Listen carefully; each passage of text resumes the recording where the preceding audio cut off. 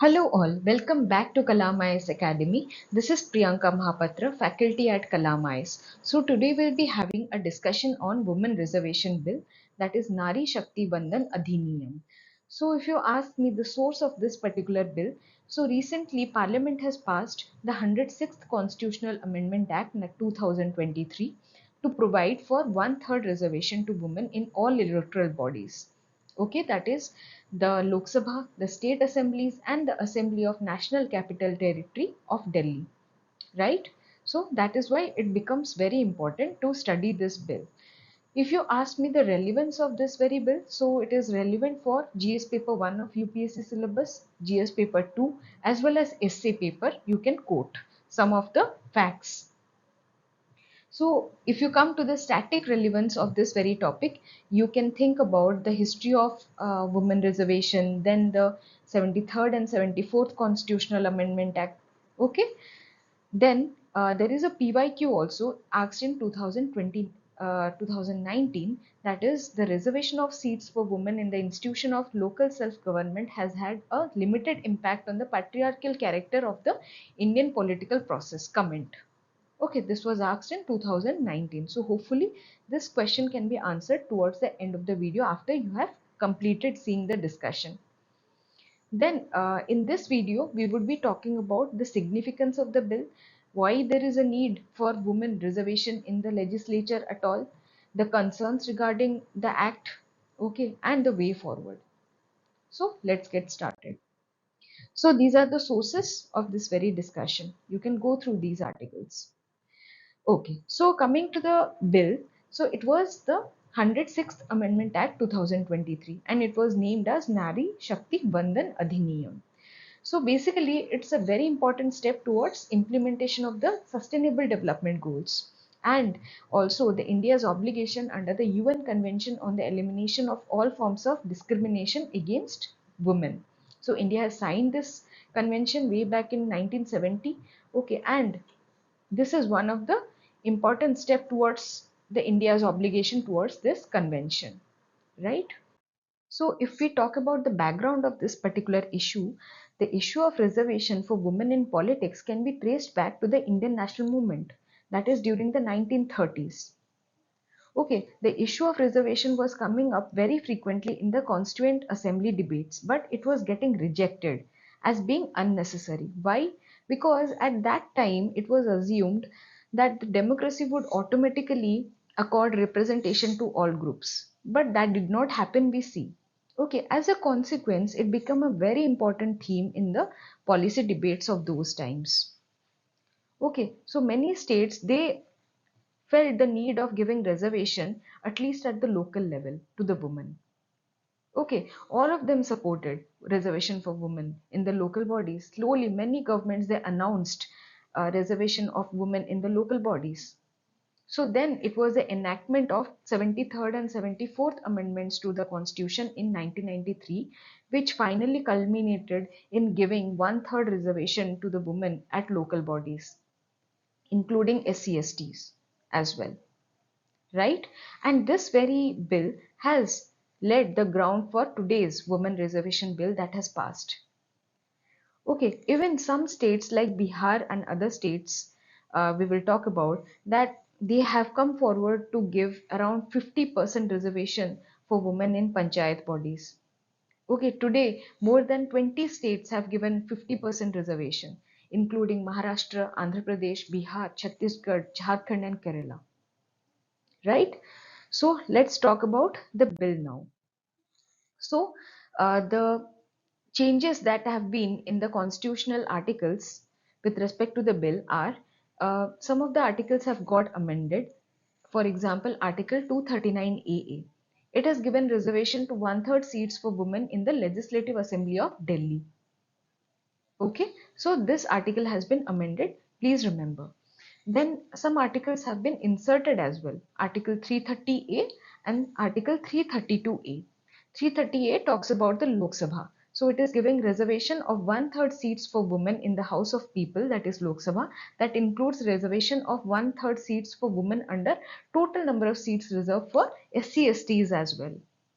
Okay, the same applies for Legislative Assembly of every state as well under Article 332A. Okay. Then we come to the next article that has been inserted, that is Article 334A. Okay, in this it has called for three things. It has called for three steps. First, the census. Okay, then the delimitation exercise, that is the redrawing of constituencies, and then the quota. First, the census is to happen, then the delimitation exercise that is happening in 2026, and then the quota is to be given. So it is clear now that this quota is not for 2024 elections. This is perhaps for 2029 general elections after the delimitation exercise happens in 2026. Right? And again, there is a sunset clause attached to it. That means the reservation quota, which has been provided, that is happening for only 15 years. But again, Parliament can extend it by law. Okay, and another important aspect is that the seats which are reserved for women, that is to be rotated after every delimitation exercise to different constituencies in a state or union territory. Okay, so these things you have to remember from prelims point of view, and if any question comes in the mains regarding the changes in constitutional articles, right? So next, what was the need of giving women reservation in legislature? Okay, first point goes that there is huge underrepresentation of women in our legislatures. Okay, if you see this graph, it is only 14% of the members in Indian Parliament are women. Rest 85% are males. Same goes in Rajya Sabha as well. Even around 17 states, they are having only less than 10% reservation in the legislature. Less than 10%, can you imagine? Okay, 17 states are having. And states like Mizoram, they are not having any women legislators at all. Okay, so you have to quote these facts whenever you are giving your argument for underrepresentation of women in the legislature. Then we can quote the fact that how India is having a fewer percentage of women in the lower house than its neighbors, that is Nepal, Pakistan, Sri Lanka, Bangladesh, according to Inter-Parliamentary Union report. Then how India is ranking so low in the WEF Global Gender Gap report, that is 127th out of 146 in 2023. And the bigger reason behind it is the political underrepresentation of women. Okay, then we come to the second point, why there is a need for women reservation in the legislature is the inherent patriarchal nature of the political parties of India. So hence, affirmative action is needed for the women to better the condition of women in India, of course. Then we come to the third point, that how we need a gender sensitization of public policy, because India as of today is facing high percentage of crimes against women, low participation of women in the workforce, low nutrition levels, and a skewed sex ratio. So India need women representation to an extent where women can help in the policy making, which is affecting them a lot, right? Next point we can quote is that how we have the evidence from the reservation at the local level, from the reports like Oxfam India, from West Bengal, from Rajasthan, that women as panchayat leaders, they have shattered many social myths. They have been more accessible than men for the policy making. Okay, they have controlled the stranglehold of liquor in the local level. They have invested substantially in the public goods such as drinking water, schools, education, okay, sanitation. They have also helped other women express themselves better. They have also helped reduce corruption. They have prioritized the nutrition outcomes at the local level, and they have changed the development agenda at the local level as well, at the grassroots level as well. Okay, so we can quote these facts how women have helped prioritize the development agenda at the grassroots level. Then also we can quote the fact that how India is already doing better in the local level in terms of representation. Okay, that we can emulate in the the top hierarchical levels as well. Okay, so India represents around 44% in the local bodies, whereas in France we have 40%, in UK we have 34%, in China we have 23%. Okay, so India is doing better in terms of local bodies representation, right? So then you can also quote a book over here, And Who Will Make Chapatis, where the writers have published their finding on all women panchayats in Maharashtra that women leaders they give priority to women problems. Okay, and also children problems as well. Okay, so this books and the writers and the quotations, the book sayings, you can use it in your essay paper as well. Okay. So let's come now to the concerns with this act.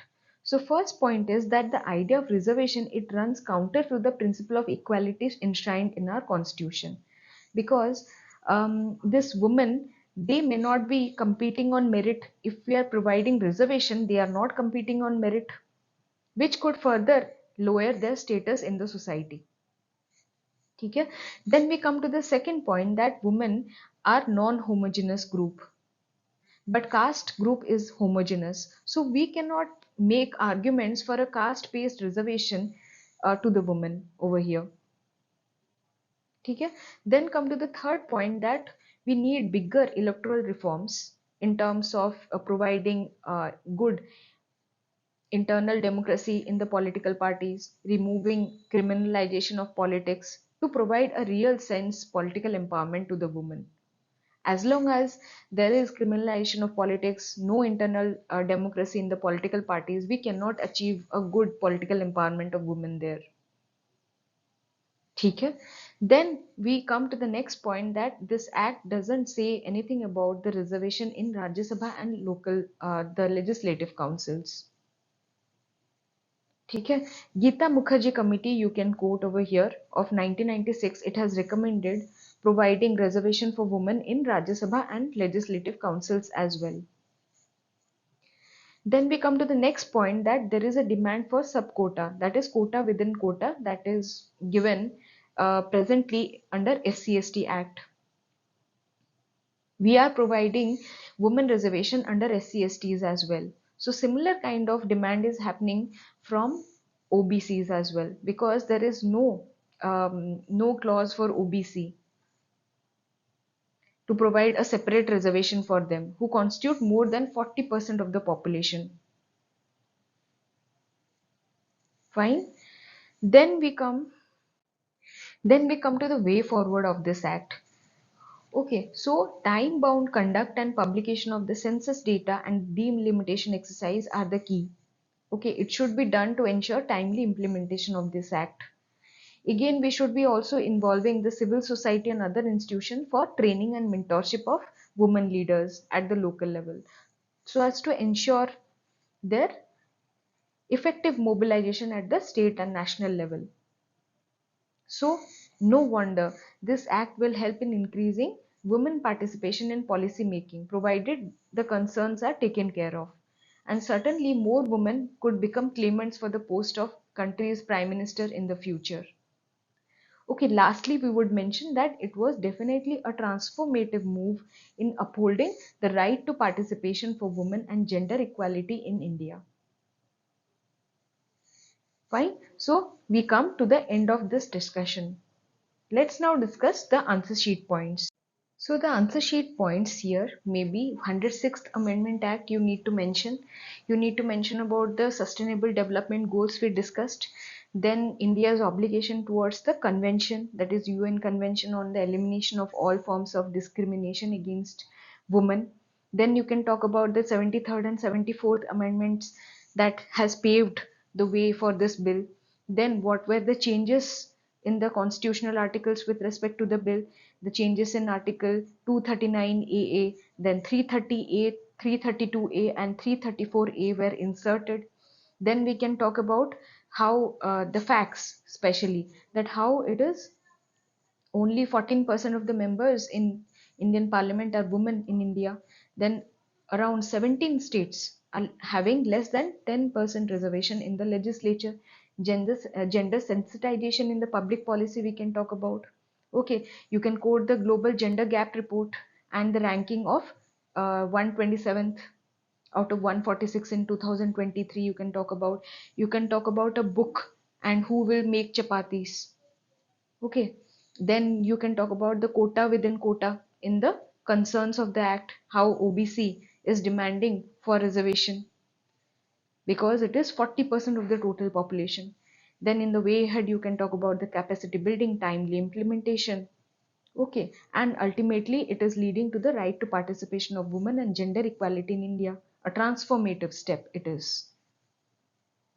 Okay, so these are the answer sheet points. These points you should be having whenever you are writing this answer. Okay, and in the interview as well, you are ought to use these keywords whenever you are answering the panel.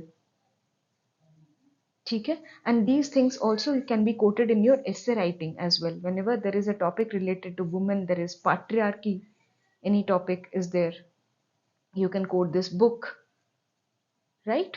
So this was all about this very topic. So thank you so much.